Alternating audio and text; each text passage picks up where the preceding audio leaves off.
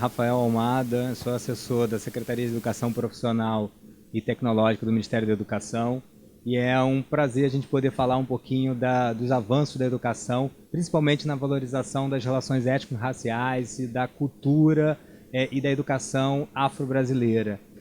Então pensar possibilidades de ter mecanismos onde a gente trabalhe, seja na internet, seja na TV, a valorização dessas relações contribui imensamente na consolidação, principalmente das diretrizes curriculares brasileiras relacionadas a essa relação étnico-racial.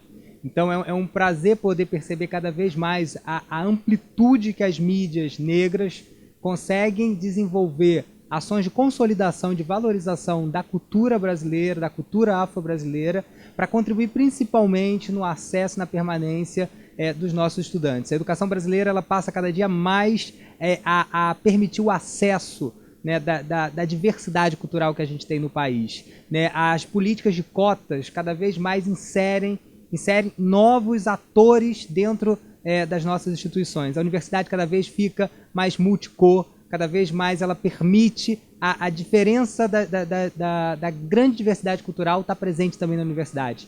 Então é muito bom valorizar iniciativas que possam consolidar ferramentas para valorizar essas relações.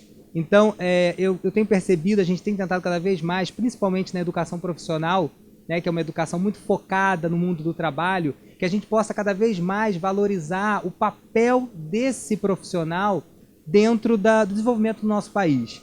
E a gente percebe que as relações, o que a gente tem hoje nas universidades, cada vez mais permitindo o acesso, a educação profissional também está garantindo isso. O Pronatec, cada vez mais, a gente tem mais negros participando dos cursos do Pronatec, o Programa Nacional de Acesso ao Ensino Técnico e Emprego.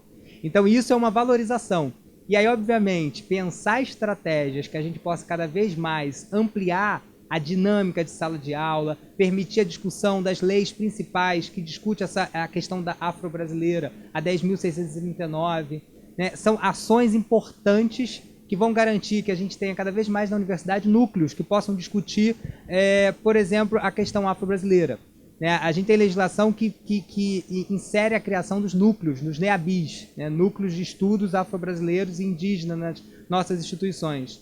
E hoje os institutos federais, por exemplo, né, distribuído por todo o país, né, instituições federais que vêm dos antigos Cefetes e que hoje são instituições multidisciplinar, cada vez mais trabalha a dinâmica dessa discussão entre o acesso, né, a permanência e mais o êxito. Formar profissionais que tenham uma visão de inclusão, uma visão que permita perceber cada vez mais o território que eles estão inseridos. Né? Então hoje, se a gente tem campos, por exemplo, dos institutos federais, trabalhando questões com quilombolas, a gente tem grupos trabalhando a questão de religiões, né? Trabalhando a religião dentro do conceito do território, e isso cada vez mais tem ampliado nas ações, principalmente do Ministério da Educação e principalmente dos institutos federais. Portanto, a gente percebe cada vez mais a universidade está agregando, está incluindo. Mas a gente ainda percebe que a cultura negra ela é pouco valorizada, principalmente nos grandes meios de comunicação,